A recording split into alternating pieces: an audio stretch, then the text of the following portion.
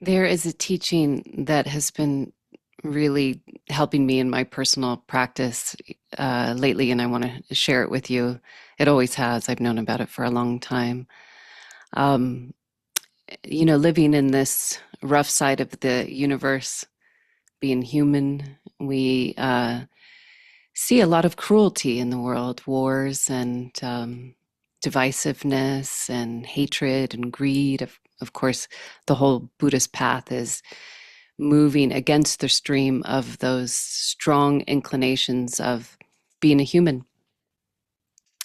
And so the Buddha gave a teaching one time, and he gave this teaching in different kinds of contexts. But one of the contexts is one that really has been resonating a lot with me lately, which is to do things which lead upward.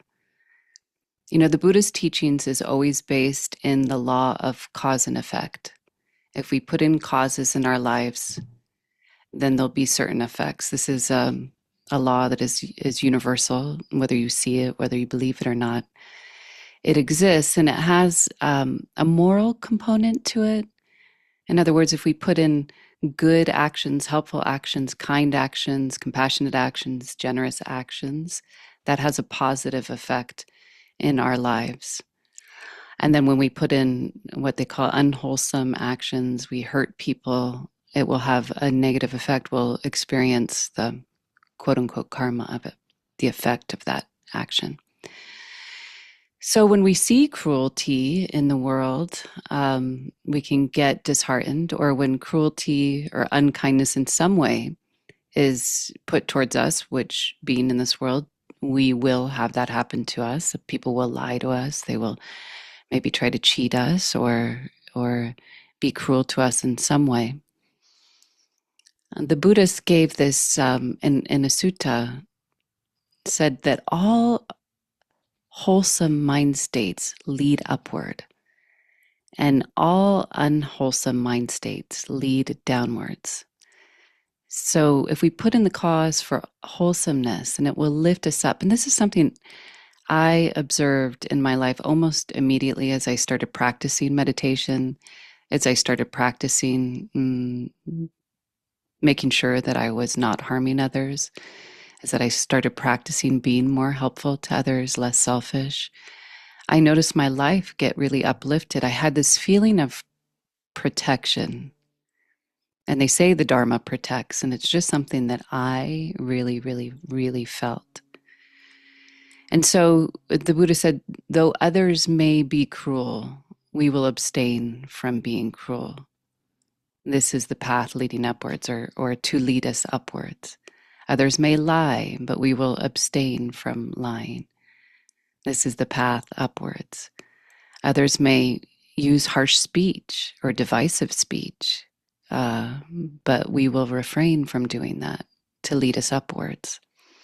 Others may be angry. Others may be deceitful. Others may be doubtful. Others may be, there's a whole list. There are 44 things in that sutta, which are all really great. So I think what this is helpful with is when we see destruction in the world, cruelty in the world, there's part of the human mind that says, oh, maybe that is the path. Maybe since they're being so low and dirty, then I have to use those same techniques.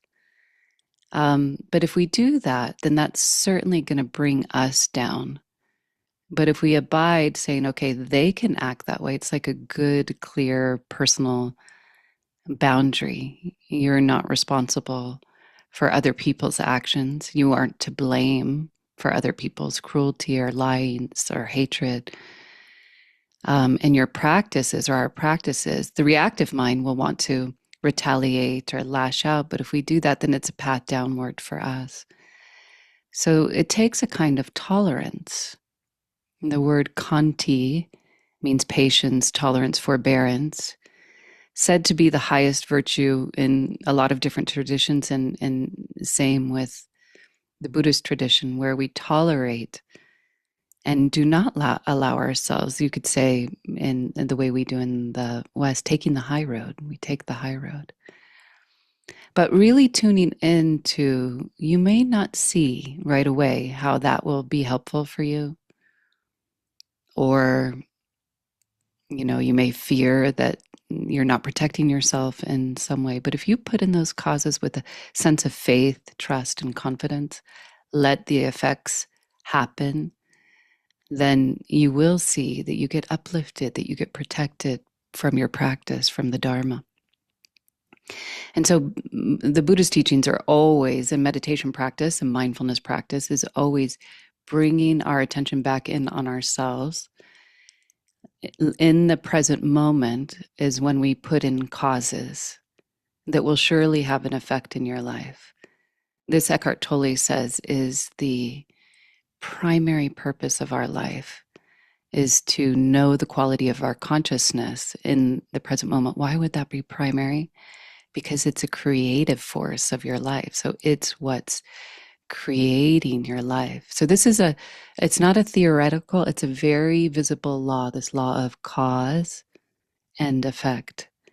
So practice bringing attention back in on ourselves. They may be angry, I won't act with angry. Or you can give the positive. They may act with loving, with anger. I will act with loving kindness or patience or tolerance. Others may be cruel, I will be kind. Others may lie, I will tell the truth. So it's very empowering, and it's what will have the greatest consequence on your life. So I hope you find that as useful as I did. Be well.